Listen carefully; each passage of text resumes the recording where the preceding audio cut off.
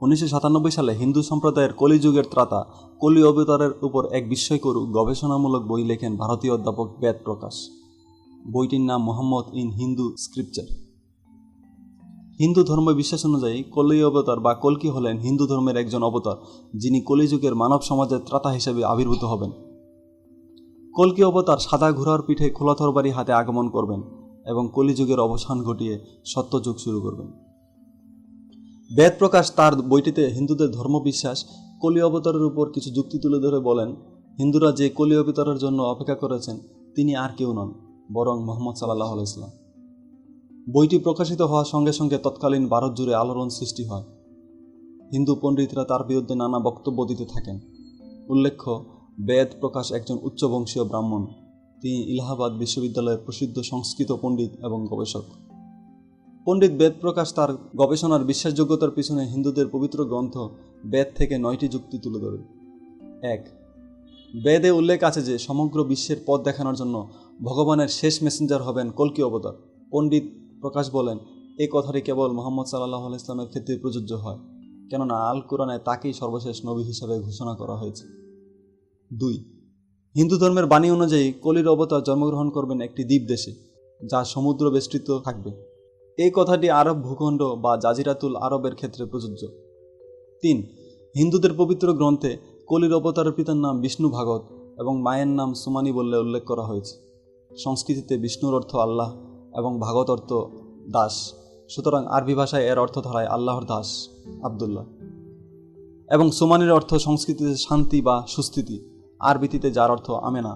অর্থাৎ এদিক থেকে দেখা যায় শেষ নবী মুহাম্মদ সাল্লাল্লাহু আলাইহি ওয়াসাল্লামের পিতার নাম ছিল বিষ্ণু ভাগত এবং মায়ের নাম ছিল সুমানি। 4. হিন্দুদের ধর্মীয় গ্রন্থে উল্লেখ আছে যে কলির অবতার জলপাই, যা আরবিতে জৈতুন ফল এবং খেজুর দিয়ে জীবন নির্বাহ করবেন এবং তিনি হবেন সত্যবাদী এবং সৎ। পণ্ডিত প্রকাশ বলেছেন, এটা একমাত্র মুহাম্মদ সাল্লাল্লাহু আলাইহি ওয়াসাল্লামের ক্ষেত্রেই সত্য বলে প্রতিষ্ঠিত। 5. বেদে উল্লেখ রয়েছে যে কলির অবতার জন্মগ্রহণ করবেন তার দেশের সবচেয়ে সম্মানিত বংশে। এটা মুহাম্মদ সাল্লাল্লাহু আলাইহি ওয়াসাল্লামের ক্ষেত্রে প্রযোজ্য, কেননা তিনি মক্কার অত্যন্ত সম্মানিত উচ্চ বংশ কুরাইশ গোত্রে জন্মগ্রহণ করেছিলেন। 6.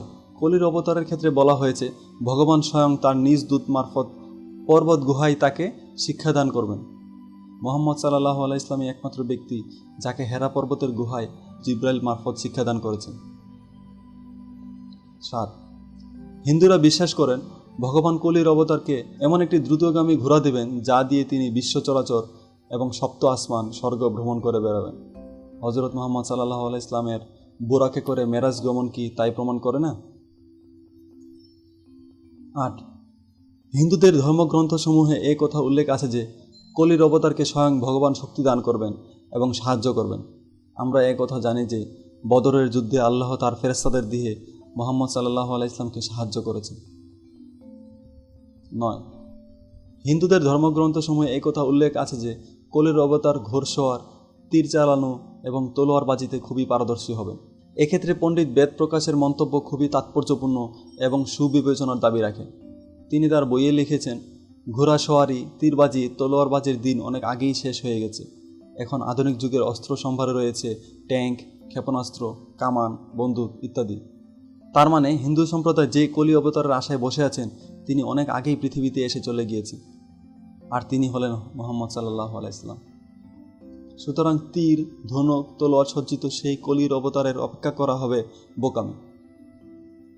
বেদ প্রকাশ বলেন, প্রকৃত বাস্তবতায় কল্কি অবতারের কথা যেভাবে আমাদের ধর্মগ্রন্থসমূহে উল্লেখ আছে তা পরিষ্কারভাবে মুহাম্মদ সাল্লাল্লাহু আলাইহি ওয়াসাল্লামের ক্ষেত্রে প্রযোজ্য। আল্লাহ আমাদের সকলকে সঠিক পথ বোঝার তৌফিক দান করুন, আমিন।